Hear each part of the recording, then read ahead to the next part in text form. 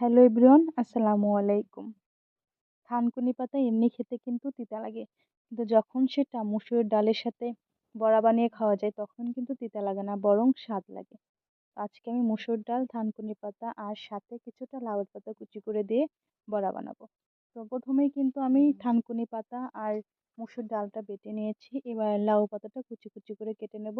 তবে কিন্তু এই থানকুনি পাতা আর মসুর ডালের সাথে আহ, চাল কুমড়োর পাতা দিয়ে চাইলেও খেতে পারেন বা মিষ্টি কুমড়োর পাতা দিয়ে চাইলেও খেতে পারেন। আমি যখন যে পাতা পাই সেই পাতা দিয়ে কিন্তু এভাবে বড়া বানিয়ে খাই, আর আমার কাছে কিন্তু খুবই ভালো লাগে। তো যাই হোক, সবগুলো কিন্তু সুন্দর করে মেখে নিচ্ছি। এগুলো মাখানোর পরে কিন্তু লাউ পাতা কুচি করাটা দিয়ে দেবো, আর সাথে কিন্তু কিছুটা ধনিয়া পাতাও দিয়েছিলাম। এখন লাউ পাতাগুলো দিয়ে দিলাম, দিয়ে সুন্দর করে মেখে নিব। আর এখন দিয়ে দিলাম কিছুটা ধনিয়া পাতা। সবগুলো কিন্তু সুন্দর করে মিক্সড করে করে মেখে নিয়েছি। এখন চলে আসলাম ভাজতে। আর এটা খেতে কিন্তু খুবই মজা হয়েছিল। চাইলে আপনারাও কিন্তু বাড়িতে একবার ট্রাই করে দেখতে পারেন। সত্যিই অনেক মজা হয়েছিল। নিজের রান্না বলে বলছি না, আপনারা একবার বাসায় খেয়ে দেখবেন।